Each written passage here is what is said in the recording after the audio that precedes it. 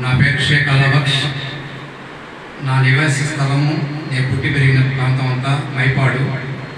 నేను ఇక్కడికి వచ్చినప్పటి నుంచి గత 6 సంవత్సరాలుగా నేను ఇక్కడ ఉన్నాను. నాకు ఇక్కడికి వచ్చినప్పటిగా అత్యంతగా అభిమాన ఆదరాభిమానం చూపుతున్న సనావుల్లా గారు కానీ, జకావుల్లా కానీ, వాళ్ళ సోదరు హఫీజ్ కానీ, ఈ కుటుంబం నాకు ఎంతో ఆప్యాయతగా ఉంటారు. నాతో ఏ చిన్న సమస్య వచ్చినా వాళ్ళు నాకు చెప్పుకుంటారు, నేను ఏదైనా ఉంటే వాళ్ళకి చెప్పుకుంటాను.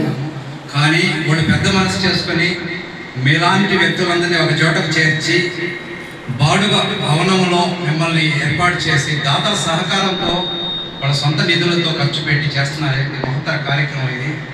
ఈ విషయం నేను చాలామంది ప్రముఖుల దాతలు కూడా చెప్పాను. వారు కూడా తొందరలో వస్తారు. ఈరోజు మన అదృష్టం ఏంటంటే అనంత సాగరం పీఠాధిపతి గారు మరియు వారి గురించి తెలిసింది కొంత, మీకు నాకు తెలిసింది చాలా ఎక్కువ. 2 రాష్ట్రాల్లో వారికి శిక్ష బృందం ఉన్నారు. వారి కోసం తరచుగా వస్తుంటారు.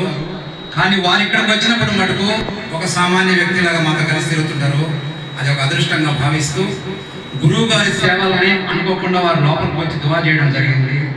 వారి సేవలని ఇటు జకావుల్లా గారు కానీ, సనావుల్లా గారు కానీ, వాళ్ళ కుటుంబ సభ్యులు ఎక్కువగా ఉపయోగించుకొని మీరు చేసే కార్యక్రమాల్లో నాకంటే ఎక్కువగా వారిని ఆహ్వానించండి.